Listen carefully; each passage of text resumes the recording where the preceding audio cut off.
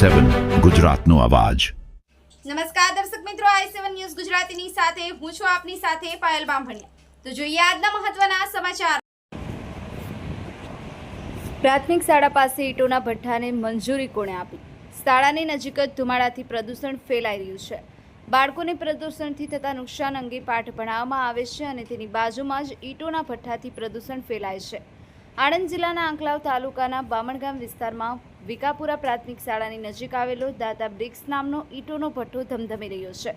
સ્થાનિક તંત્ર અને જીપીસીબીના અધિકારી જાણતા હોવા છતાં તેઓની રહેમ નજર સમાચાર પત્રો કે ન્યૂઝ ચેનલમાં જો આ બાબતે સમાચારો ચાલે કે પ્રસિદ્ધ થાય તો 1500થી 2000નો હપ્તો આપી અને મામલો રફેદફે કરવામાં આવે છે અને જો કોઈ નીડર અને નિષ્પક્ષ પત્રકાર આ બાબતે વધુ અવાજ ઉઠાવે તો ખંડણીનો ખોટો કેસ કરી અને ફસાવવામાં આવે છે। પોલીસ પત્રકાર ઉપર કેસ કરવા તૈયાર થઈ જાય છે, પરંતુ ભ્રષ્ટાચારથી ગેરકાયદેસર નીતિ નિયમો નેવે મૂકી ધમધમતા ઈંટોના ભઠ્ઠા પર કોઈ પણ કાર્યવાહી કરવામાં આવતી નથી।